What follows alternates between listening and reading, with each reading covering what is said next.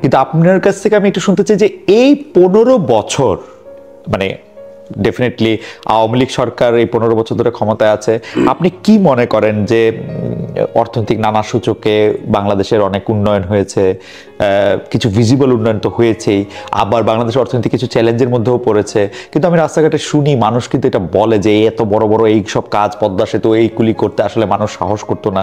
আবার পাশাপাশি এইটাও বলে যে এই সরকারের আমলে তো এক ধরনের ভীতির মধ্যে আমরা আছি। আরেক ধরনের বলে যে না, এই সরকার বিশেষ করে শেখ হাসিনা খুব সাংঘাতিক ভালোভাবে দেশটাকে পরিচালনা করছেন, একটা অন্য হাইওয়েতে আমাদের তুলে দিচ্ছেন। আপনার টেকটা কি? আসলে আপনার তো একটা রাজনীতি আছেই, তারপরও আপনার না, আমি তো অ্যাজ এ পলিটিশিয়ান আমি আপনাকে বলবো, আমি তো সবসময় এই কথাটা বলি, অ্যাজ এ পলিটিশিয়ান আপনি একটা দেশকে হিউম্যান বডি হিসেবে দেখবেন, মানুষের শরীরের মতো দেখবেন, যে প্রত্যেকটা অঙ্গ প্রত্যঙ্গই ঠিক করে কাজ করতে হবে, আদারওয়াইজ আপনি সুস্থ না। সো আপনি ব্রিজ বানাবেন, কালভার্ট বানাবেন, রাস্তা বানাবেন, মেট্রো রেল বানাবেন, ঠিকই আছে, but at the cost of what? জিনিসপত্রের দাম, আপনার রেপুটেশন, পৃথিবীর কাছে আপনার মান সম্মানের যে ব্যাপার, আপনার গণতন্ত্র, মানুষের বাকশাল, প্রত্যেকটা জিনিস ইম্পর্টেন্ট।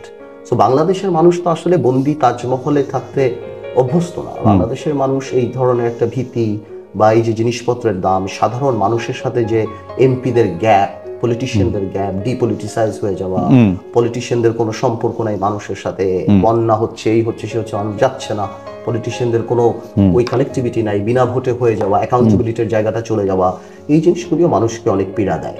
তো আমি মনে করি আপনি যদি আমাকে, আমি তো ন্যাচুরালি সাধারণ, আমি তো একজন পলিটিশিয়ান, সো আমার জায়গা থেকে আমি মনে করব যে সিস্টেম ডেভেলপমেন্ট করা সবচেয়ে বেশি ইম্পর্টেন্ট। আমার উন্নয়ন একটু কমই হোক, ডাজন্ট ম্যাটার, কিন্তু আমার অন্য প্যারামিটারগুলি যেন ঠিক থাকে, যেমন স্বাস্থ্য বলেন, শিক্ষা বলেন, বাংলাদেশের Dhaka city is the worst city to live in, আপনি ট্রাফিক দেখেন, আপনি জিনিসপত্রের দাম দেখেন, সবকিছুর মান দেখেন, জীবনযাত্রার মান দেখেন, এই জিনিসগুলি যেভাবে নিচের দিকে চলে যাচ্ছে, আপনি কি এই ক্ষুধার্ত মানুষকে পদ্মা সেতু দেখাবেন?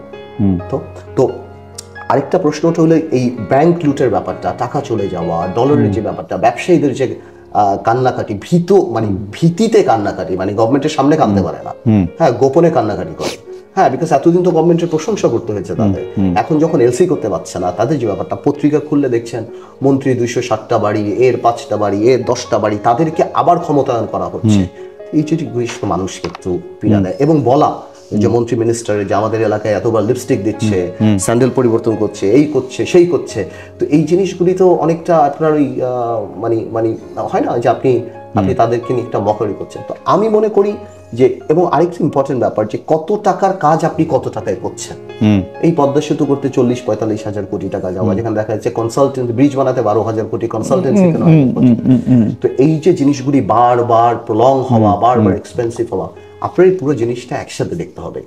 ডেফিনেটলি একটা সরকার 15 বছর ক্ষমতায় থাকলে আপনার ইনফ্রাস্ট্রাকচার ডেভেলপমেন্ট তো হবেই, বাট আমি সেটাকে ইনফ্রাস্ট্রাকচার ডেভেলপমেন্ট বলি, development in a bigger way বলি না। আমি যদি দুর্নীতির জায়গাটা থেকে, আমার আপনার সবারই খুব পছন্দের বা প্রিয় একটা গল্প, যে গল্প হচ্ছে এরকম যে আপনি যদি কোনো অপরাধীকে পাথর ছুঁড়তে চান, তাহলে যেন প্রথম পাথরটা কোনো নিষ্পাপ লোক ছুঁড়ে। এই যে একটা গল্প, আমরা যদি দুর্নীতির দিকে আঙ্গুল তুলতে চাই কারো দিকে, আমাদের মধ্যে কি এরকম লোক, বিশেষ করে রাজনীতির মধ্যে কি এরকম মানুষ খুঁজে পাওয়া যাবে যার আসলে সেরকম কোনো লেগেসি নাই? না, লেগেসি তো একটা জিনিস, আর ব্যক্তিগতভাবে উনি একটা জিনিস। আপনি অফকোর্স বাংলাদেশে এখন অনেক সৎ রাজনীতিবিদ আছেন, দুই দলেই আছেন, যা তাদেরকে আপনি দেখতে পাচ্ছেন, দুই দলেই প্রফেশনাল পলিটিশিয়ান প্লাস সৎ মানুষ আছেন, কিন্তু উনারা ফোকাসে নাই, কারণ মেলাটা হয়ে গিয়েছে এখন চোরদের, এবং তাদেরকে আপনি দেখেন, এবং তাদেরকে মানুষ বাহবা করে, এবং সামাজিক অবস্থান তাদের হয়ে গেছে। এটা একটা আপনি মানে একটা অনৈতিক অবক্ষয়, একটা সামাজিক অবক্ষয় দেখা গিয়েছে, যে এই কারণে আপনি দেখতে পাচ্ছেন তাদের। আওয়ামী লীগও আমি শিওর, যখন আওয়ামী লীগের করাপশনের কথা আছে, এরকম আওয়ামী লীগের অনেস্ট মানুষ আছে যাদের কাছে পীড়া যে আজকে বঙ্গবন্ধুর দল, আজকে আওয়ামী লীগের মতো দলের এই অবস্থা। বিএনপি তো এরকম অনেক মন্ত্রী এমপি আছে যারা বিএনপির কোনো করাপশন বা কোনো করাপশন মধ্যে দেখে তাদের মনে প্রশ্ন আসে। আর আপনি যে বলছেন যে এই যে ছুঁড়ে মারাটা বা যাকে আপনি কোশ্চেন করছেন, আমি মনে করি কি জানেন, আমি যদি কালকে করাপ্টেড হই না, আপনি যদি করাপ্টেড হন না, আপনি আমাকে বলেন, নো প্রবলেম, কারণ আপনি কিন্তু মানুষকে রিপ্রেজেন্ট করছেন। সিরিয়াসলি ডাজন্ট ম্যাটার আপনি কি, সো আমি পার্থ যদি কাউকে বলি যে আপনি এই কাজটা করছেন, আই এম রিপ্রেজেন্টিং পিপল, আপনি আমাকে কাউন্টার করেন যে ভাই আপনিও তো করছেন। সো এখানে না নৈতিকতার বা আপনার সাথে আমার ওই লড়াইটা ওইটা আসলে মুখ্য না, ব্যাপারটা হলো জনসম্মুখে জিনিসটা নিয়ে আসা যে this is what is happening. আমি যদি প্রশ্নটার একটু লেজ থেকে শুরু করি, আপনি কিন্তু বলতেছিলেন যে আমাদের দলগুলিতে আওয়ামী লীগের বিএনপিতে নিশ্চয়ই সৎ রাজনীতিবিদ আছেন, তারা ফোকাসে নাই, কারণ এটা চোরদেরকে বেশি দেখা যাচ্ছে এবং জনগণ তাদের দ্বারাই বেশি প্রভাবিত বা তাদেরকেই বেশি দেখতেছে।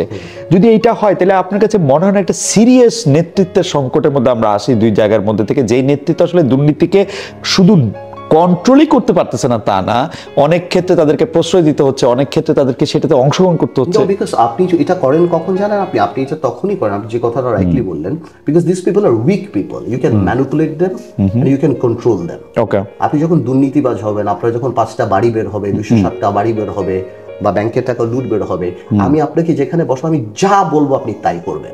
আপনি যখন সৎ হবেন না, আপনি অনেক প্রশ্ন করে বসবেন, আপনি আমার সবকিছু নিবেন না। সো এই জিনিসটা আমরা যখনই ক্ষমতায় আসি তখন আমরা আমাদের জায়গাটাকে সিকিউর করার জন্য আমরা উইক ক্যান্ডিডেট খুঁজি। এই কারণে আপনি দেখবেন যাদের আইদার দুর্নীতিবাজ না হলো পলিটিক্সের শিশু, যেটাকে আমি বলি পলিটিক্যাল স্লেভ। আওয়ামী লীগ বিএনপিতে দেখা যায় বা অন্যান্য দলে তখন দেখা যায় কিছু পলিটিক্যাল স্লেভ আসে, কারণ কি ওনারা জানে যে আমাদেরকে আওয়ামী লীগ বা বিএনপি এমপি বানিয়েছে, নাহলে আমাদের কোনো যোগ্যতা থাকতো না। So whatever they say we have to গো।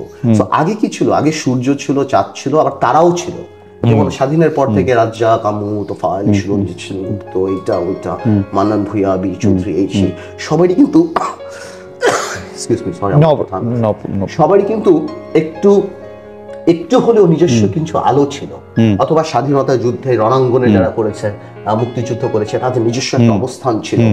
হয়তো বঙ্গবন্ধু বা তারপরে জিয়াউর রহমান ওনাদের অবস্থান আলাদা, কিন্তু তারপরে ছিল। আজকে ওই লোকগুলি মিসিং হয়ে গিয়েছে। এবং আমি আওয়ামী লীগকে তো এই ব্যাপারে অ্যাকচুয়ালি এই নির্বাচনে আমি আসলে সব খারাপ জিনিসের মধ্যে থেকে একটা ভালো জিনিস বের করার চেষ্টা করি। সো আমি আওয়ামী লীগকে এখান থেকে আসলে আন্তরিকভাবে ধন্যবাদ দিতে চাই যে যারা রণাঙ্গনে এত বড় মুক্তিযোদ্ধা, যারা এত বড় বড় মুক্তিযুদ্ধ করেছিল, মানে র্যাম্বোর ভূমিকা ছিল, তাদেরকে আওয়ামী লীগ চার্লি চ্যাপলিন বানিয়ে দিয়েছে এই নির্বাচনে।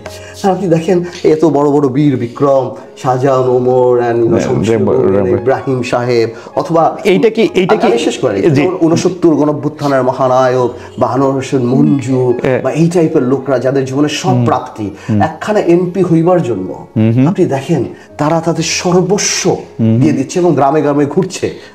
আমি খবর পেলাম ভোলাতে তো আহমেদ সাহেব গ্রামে গ্রামে ঘুরছে যে কিভাবে ভোট কেন্দ্রের সামনের লোক সাজিয়ে রাখা যায়। তো আমার কাছে এই জিনিসটা আমার ভালো লাগে যে আওয়ামী লীগের জন্য আমি যে আসলে যে এরা ওভাররেটেড ছিল, এরা যে অ্যাকচুয়ালি ওভাররেটেড, এতে কি দরকার? এরা স্বাধীনতার এত বড় এত মানে এখানে মাশরাফি, সাকিব আল হাসান নাম আমি নিতে পারি যে পৃথিবীর বাংলাদেশের মানুষ তাদেরকে এমন জায়গায় উঠিয়ে দিয়েছে। আমি এইখানে দুইটা প্রশ্ন আসলে করতে চাই, মানে গলা চুলকাচ্ছে দুইটা প্রশ্ন করার জন্য। প্রথম কথা হচ্ছে যে আপনি র্যাম্বো থেকে চার্লি চ্যাপলিন বা খুব বীর থেকে খুব কমেডিয়ান, কার্টুন, সেটা আপনি বলতে পারেন, কিন্তু সেটা আপনি কি বলতেছেন যে অনলি বিকজ যে তারা আসলে আওয়ামী লীগে জয়েন করছে বা আওয়ামী লীগের পারপাস আর করতেছে? আমি বলছি যে জনগণের বিরুদ্ধে যাওয়াটা, এখন তাদেরকে যেভাবে নিয়ে আসা। এখন আপনার কথাটা তো একটু আনোয়ার হোসেন মঞ্জু, তোফায়েল আহমেদের মতো ভেটারেন লোক, সাকিব আল হাসানের মতো খুবই ঠান্ডা মাথার কুল কাম কালেকটিভ, যে হচ্ছে খেলোয়াড় যাকে সেকেন্ডের মধ্যে যার সিদ্ধান্ত নিতে হয়, মাশরাফির মতো এরকম একটা চরম হিসাবে লোক, তার কাছে তো এটা শ্রেয় মনে হচ্ছে। আপনি এটাকে কেন মনে করতেছেন যে তারা? আমি কিন্তু ভালো বলছি, আমি মাশরাফি যখন পলিটিক্সে জয়েন করে, he was the most popular person in the country. তার দরকার ছিল না ভোট চুরি নির্বাচনে অংশগ্রহণ করার। Shakib Al Hasan is one of the best player in the world. বাংলাদেশের সবচেয়ে অহংকারের জায়গা, সাকিব আল হাসানের দরকার ছিল না। হি থিংকস যে সে যদি এটা চিন্তা করে। আমি আপনাকে একটা কথা বলি, আপনি যখন পলিটিক্স করবেন ইউ আর ওপেন বুক, আপনাকে ধরা যাবে না, বলা যাবে না, ওই অ্যাটিটিউড থাকতে পারে। তো সাকিব আল হাসান যদি পলিটিক্সে আসে, তাহলে সাকিব আল হাসানের ওইটাও ফেস করতে হবে, তার শেয়ার মার্কেট কেলেঙ্কারি থেকে, তার আরাফের সেই জায়গা থেকে, তার যত কন্ট্রোভার্সি আছে সেগুলি নিয়ে মানুষ নৈতিকতার জায়গায় আনতে হবে। তো আমাদের কাছে মনে হয় যে আপনি যখন ওই জায়গায় চলে গিয়েছেন, এই ধরনের কন্ট্রোভার্সিয়াল জায়গায় আপনার আসার দরকার নেই। আপনি মাশরাফি দল করতো, মাশরাফি ইমরান খানের মতো দল করতো, তাহলে বুঝতাম আমরা হাজার হাজার মানুষরা যে মাশরাফির সাথে জয়েন করতো, সাকিব আল হাসান দল করতো। তো এই যে এই অ্যারেঞ্জমেন্টে যাওয়ার প্রয়োজন কি ছিল? আমি বিশেষ করে আনোয়ার হোসেন মঞ্জু মানিক মিয়ার সন্তান, ইত্তেফাকের মতো একটা পত্রিকার সতর্কী, সে কতবার এমপি হয়েছে আমি জানি না, আমার মনে হয় এবার কতবার মন্ত্রী ছিল, সব সরকার আমলে আমি জানি না ছিল, এবং সব সরকার আমলে ছিল, এবং বঙ্গবন্ধু হত্যার পরও ইত্তেফাকে হত্যাকে প্রশংসা করে। এই মুহূর্তে এসে তার নৌকা মার্কায় এমপি হওয়ার এই ধরনের কন্ট্রোভার্সিয়াল নির্বাচনের আমি বুঝি না। মেবি আই এম রং, অথবা আমি পলিটিক্যালি অত পরিপক্ক না, বাট আমি এটা বুঝি না যে এটা করার দরকার কি। এইরকম এই চেহারাগুলি তো আওয়ামী লীগ যদি না বের করতো, তাহলে যেমন রাশেদ খান মেনন যে কোনো ক্যাবিনেটেরই মন্ত্রী হতে পারতো, আমরা ছোটবেলায় শুনতাম। ওনার দরকার কি আজকে এই ধরনের কন্ট্রোভার্সিয়াল জায়গাতে আসার জন্য? আপনি যাদের নাম বললেন, আমি তাদের মতোই একজন, কিন্তু আমি নামটা বলতেছি না, তাদের কাছে আমি কাছাকাছি রকম একটা আলাপ, এরকম একটা আলাপের মধ্যে উঠছিল। তারা এর মধ্যে বলছে যে বাংলাদেশটা হচ্ছে এরকম, আপনি যখন গুরুত্বপূর্ণ হন, আপনার যখন সম্পত্তি বা কোনো কিছু প্রোটেক্ট করা থাকে, তখন আপনার পলিটিক্সে না থাকার বা ক্ষমতায় না থাকার বা ক্ষমতার কাছাকাছি না থাকার কোনো মানে আর কোনো কিছু কোনো অপশন না। সাকিব আল হাসানের এখন যত সাদা টাকা হয়েছে,